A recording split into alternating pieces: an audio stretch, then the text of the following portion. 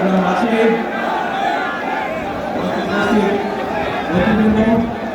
আমার প্রিয় সহকর্মীবৃন্দ, প্রিয় ভাই ও বোনেরা, আসসালামু আলাইকুম। আসসালামু আলাইকুম। আপনারা কেমন আছেন?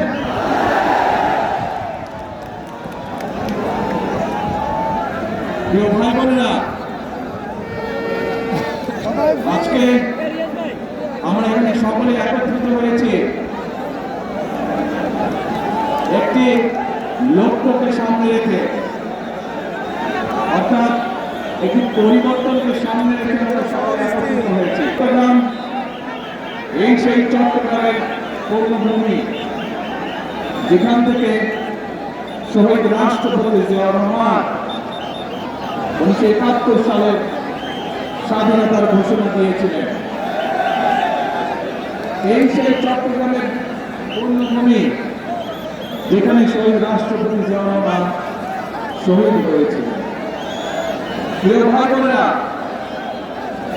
এই সেই চট্টগ্রামের পূর্ণভূমি, যেখান থেকে দেশনেত্রী খালেদা জিয়াকে দেশনেত্রী উপাধি দেওয়া হয়েছিল। এই চট্টগ্রামের পূর্ণভূমির সাথে আমি এবং আমার পরিবারের একটি আবেগের সম্পর্ক রয়েছে। প্রিয় ভাই বোনেরা, আজ আমরা এখানে একত্রিত হয়েছি একটু আগেই যেটি বলেছে, একটি পরিবর্তনকে সামনে রেখে।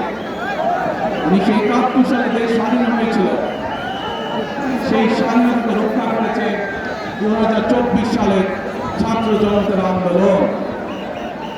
ছাত্র জনতা কেন সেই আন্দোলন করেছিল? কারণ আমরা গত 16 বছর ধরে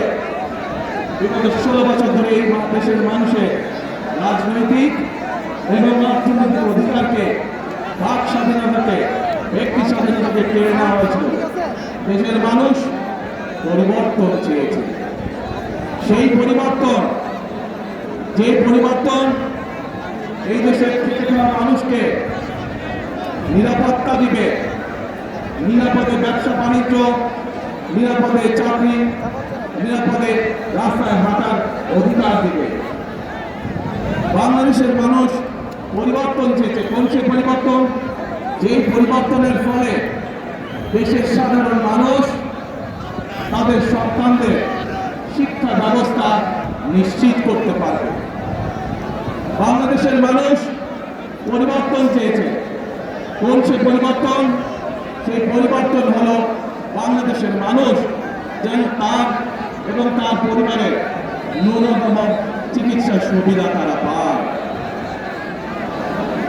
প্রিয় ভাই বোনেরা, বাংলাদেশের মানুষ আরেকটি পরিবর্তন চেয়েছে, অর্থাৎ তার রাজনৈতিক অধিকার যেটি তার কাছ থেকে কেড়ে নেওয়া হয়েছিল, সেই অধিকার যাতে বাংলাদেশের মানুষ প্রয়োগ করতে পারে। সেই অধিকার,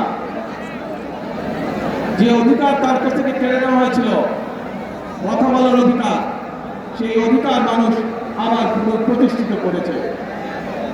2024 সালের 5ই আগস্ট বাংলাদেশের মানুষ পরিস্থিতির পরিবর্তন করে আগামী দিনে বাংলাদেশে এই পরিবর্তনগুলো চায়।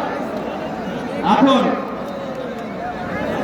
প্রিয় ভাই বোনেরা, আজ এই নির্বাচনী জনসভায় দাঁড়িয়ে একটি রাজনৈতিক দল হিসাবে আমরা আমাদের প্রতিদ্বন্দ্বী দল যারাই হোক না কেন, আমরা তাদের সম্পর্কে আপনাদেরকে হয়তো অনেক কথা বলতে পারি, তাদের হয়তো অনেক দোষ তুলে ধরতে পারি, কিন্তু তাতে কি জনগণের কোনো উপকার হবে? কি ভাই, আমরা যদি সমালোচনা করার স্বার্থে যদি সমালোচনা করে দেশের সাধারণ মানুষের কি তাতে কোনো উপকার হবে? উপকার হবে না। আমরা যদি শুধু সমালোচনা